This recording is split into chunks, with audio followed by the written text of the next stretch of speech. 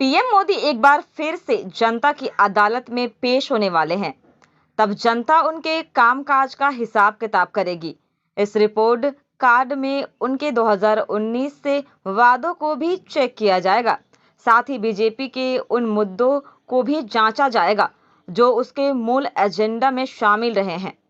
इन एजेंडों में राम मंदिर, धारा 370 और समान नागरिक संहिता मुख्य हैं। मोदी ने अपने दूसरे कार्यकाल में राम मंदिर और कश्मीर से आर्टिकल 370 को हल कर लिया है।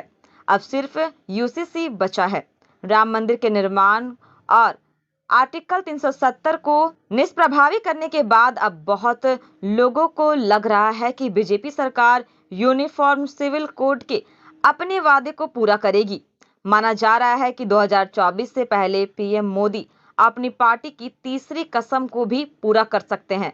2019 में सत्ता में वापसी करने के बाद बीजेपी के राष्ट्रीय महासचिव राम माधव ने कहा था कि अगले 3-4 साल में नरेंद्र मोदी की सरकार वह सारे काम पूरा कर लेगी जो उन्होंने देश की जनता से वादा किया है। कोई भी वादा अधूरा नहीं। राम मंदिर के निर्माण और आर्टिकल 370 को निष्प्रभावी करने के बाद अब बहुत लोगों को लग रहा है कि बीजेपी सरकार यूनिफॉर्म सिविल कोड के अपने वादे को पूरा करेगी। माना जा रहा है कि 2024 से पहले पीएम मोदी अपनी पार्टी की तीसरी कसम को भी पूरा कर सकते हैं। 2019 में सत्ता में वापसी करने के बाद बीजेपी के राष्ट्रीय महासचिव राम माधव ने कहा था कि अगले 3-4 साल में नरेंद्र मोदी की सरकार वह सारे काम पूरा कर लेगी जो उन्होंने देश की जनता से वादा किया है। कोई भी वादा अधूरा नहीं रहेगा। पिछले कुछ समय से समान नागरिक संहिता को लेकर बीजेपी मुखर हुई है और उत्तराखंड के अलावा गुजरात में इस कानून को लागू करने के लिए मंथन चल रहा है। उत्तराखंड के सीएम पुष्कर सिंह धामी ने तो अगले कुछ दिनों में यूसीसी लागू करने का ऐलान भी कर दिया है।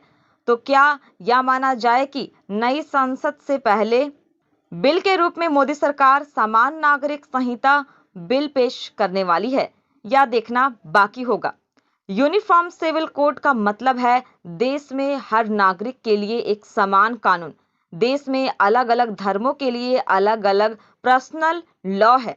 यूनिफॉर्म सिविल कोड लागू होने से हर धर्म के लिए एक जैसा कानून आ जाएगा।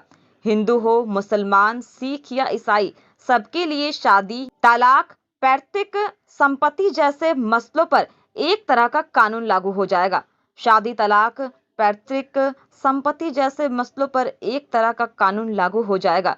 यूसीसी पर देश में हमेशा से विरोध भी होता रहा है। विरोधियों का यही कहना रहा है कि ये सभी धर्मों पर हिंदू कानून को लागू करने जैसा है।